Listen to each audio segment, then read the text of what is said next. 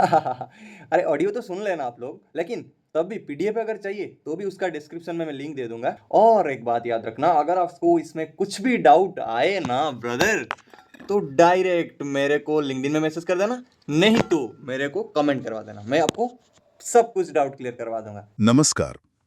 आज हम एक ऐसे विषय पर गहराई से बात करेंगे जो शायद हम सबको कभी ना कभी परेशान करता है। चूहे, मतलब रोडेंट्स, जी हाँ। और उनका प्रबंधन। ये कुछ सिर्फ एक झुंझलाहट वाली बात नहीं है। इसके पीछे का विज्ञान और इसे काबू करने के तरीके वो काफी दिलचस्प हैं। बिल्कुल। हमारे पास देखिए 2 तकनीकी प्रशिक्षण मॉड्यूल हैं। एक इनके जीव विज्ञान और व्यवहार पर है और दूसरा है प्रबंधन के विकल्पों पर। तो हमारा लक्ष्य यही है कि इन स्रोतों से जरूरी बातें निकाल कर समझें कि ये जीव आखिर हैं कैसे और इनसे निपटने के कारगर तरीके क्या हो सकते हैं। और ये समझना बहुत जरूरी है, क्योंकि चूहे सिर्फ दिखने में ही परेशान नहीं करते। देखिए, वो जितना खाना खाते हैं ना, उससे कहीं ज्यादा, मतलब करीब 20 गुना तक बर्बाद कर देते हैं या दूषित कर देते हैं। 20 गुना? बाप रे! हाँ, और साथ ही लेप्टोस्पाइरोसिस और प्लेग जैसी गंभीर बीमारियां फैलाने का खतरा भी रहता है इनसे। सही कहा। और जब हम चूहे कहते हैं तो अक्सर हमारा मतलब उन सहभोजी रूडेंट्स से होता है ना? मतलब वो चूहे और माउस जो इंसानों के आसपास रहने के आदी हो गए हैं। जी बिल्कुल, जैसे हाउस माउस हो गया, रूफ रैट, नॉर्वे रैट और वो बड़े वाले बैंडिकोट रैट्स भी। हाँ हाँ, इनकी कुछ बातें तो वाकई हैरान करती हैं। जैसे मैंने पढ़ा कि इनके आगे के दांत, वो इंसाइजर्स, जी, इंसाइजर्स। वो रोज 0.3 से 0.4 मिलीमीटर बढ़ते हैं। हाँ, रोज। इसीलिए उन्हें लगातार कुछ ना कुछ कुतरते लेना पड़ता है, वरना वो बढ़ते ही जाएंगे। अच्छा, तभी वो हर चीज कुतर डालते हैं। बिल्कुल। और उनकी बाकी इंद्रियां भी देखिए कितनी तेज होती हैं। देखने में शायद कमजोर हो, कहते हैं सिर्फ 3-4 फीट तक ही ठीक से देख पाते हैं। हाँ, नजर कमजोर होती है। पर सुनने की क्षमता इंसानों से कहीं बेहतर, बहुत ऊंची फ्रीक्वेंसी तक सुन सकते हैं। और सूंघने की शक्ति तो गजब की होती है। और वो मूंछें, उनका क्या काम? वो मूंछें, विस्कर्स, वो तो अंधेरे में सेंसर की तरह काम करती हैं। रास्ता दिखाने में, चीजों को महसूस करने में मदद करती हैं। कमाल है। अच्छा, इनके व्यवहार में भी फर्क होता है ना, रैट्स और माइस में? हाँ, होता है। जैसे रैट्स अक्सर नई चीजों से थोड़ा डरते हैं, जिसे नियोफोबिया कहते हैं। नियोफोबिया मतलब नई चीजों से डर। जी।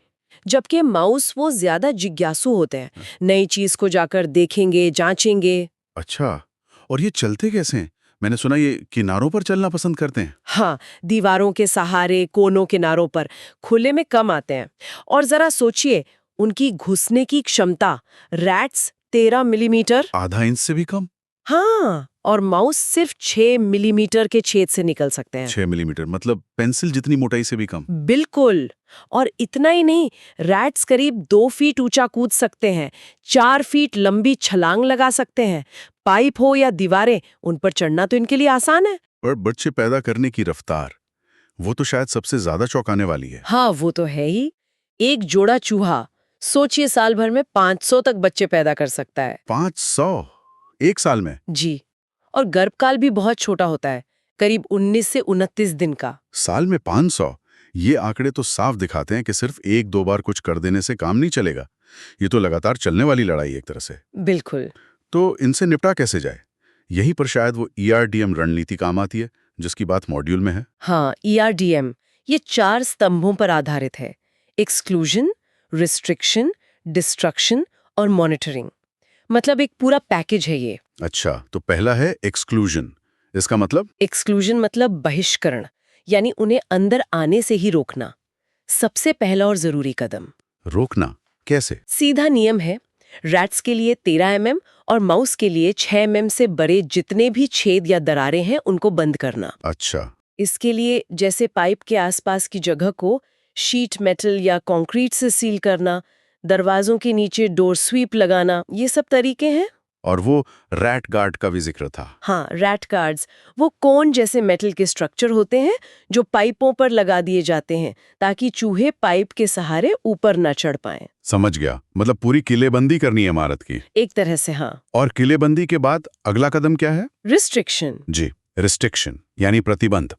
मतलब उन्हें खाना और छिपने की जगह न देना। अच्छा, खाना और ठिकाना बंद करना। हाँ। अच्छी साफ सफाई, कूड़ा हमेशा ढके हुए डिब्बों में रखना, कहीं पानी जमा न होने देना और इमारत का रखरखाव। अगर उन्हें खाना और सुरक्षित ठिकाना ही नहीं मिलेगा तो उनका पनपना बहुत मुश्किल हो जाता है। ठीक है, तो एंट्री रोक दी, खाना पानी और ठिकाना भी कम कर दिया। लेकिन जो पहले से अंदर घुस चुके हैं उनका क्या? यहीं पर डिस्ट्रक्शन यानी विनाश की भूमिका आती है। सही, डिस्ट्रक्शन मतलब आबादी को कम करना। इसके लिए देखिए, गैर रासायनिक तरीके भी हैं और रासायनिक भी। गैर रासायनिक मतलब?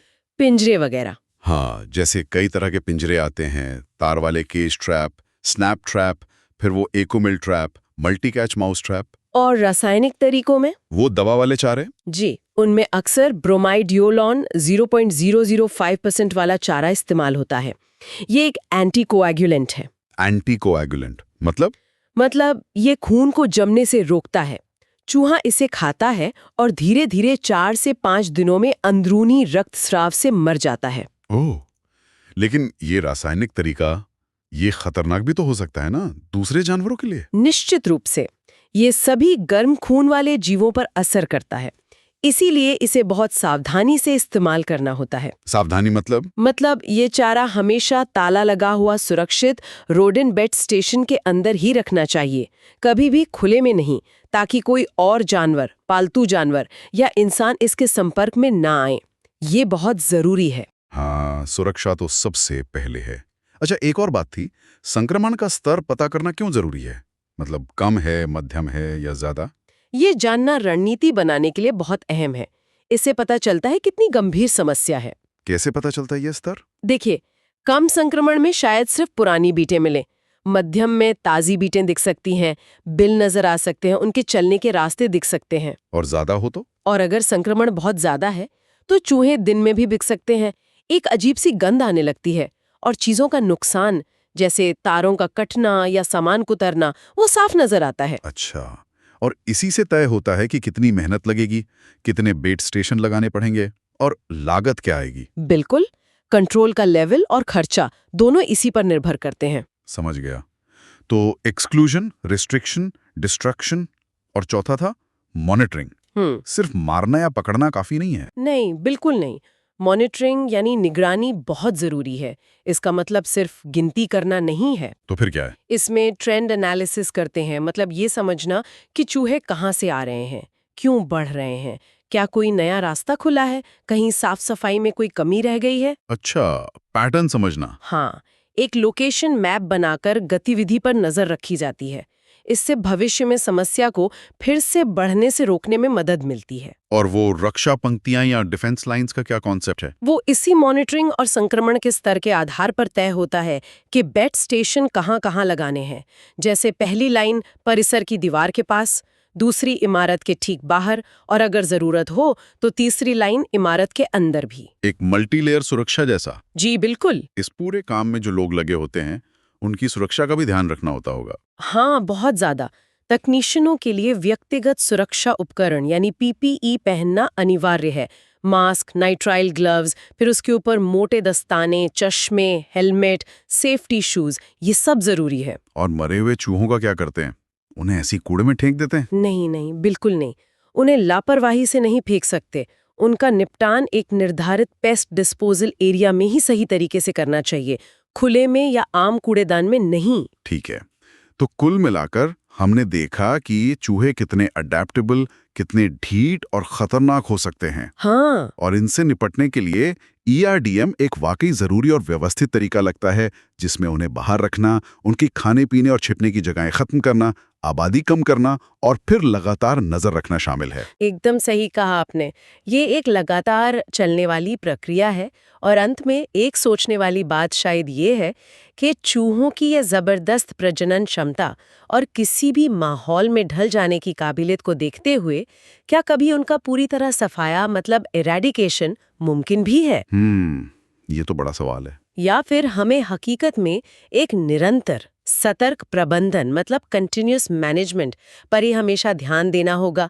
ये सवाल है जिस पर हमें शायद सोचना चाहिए।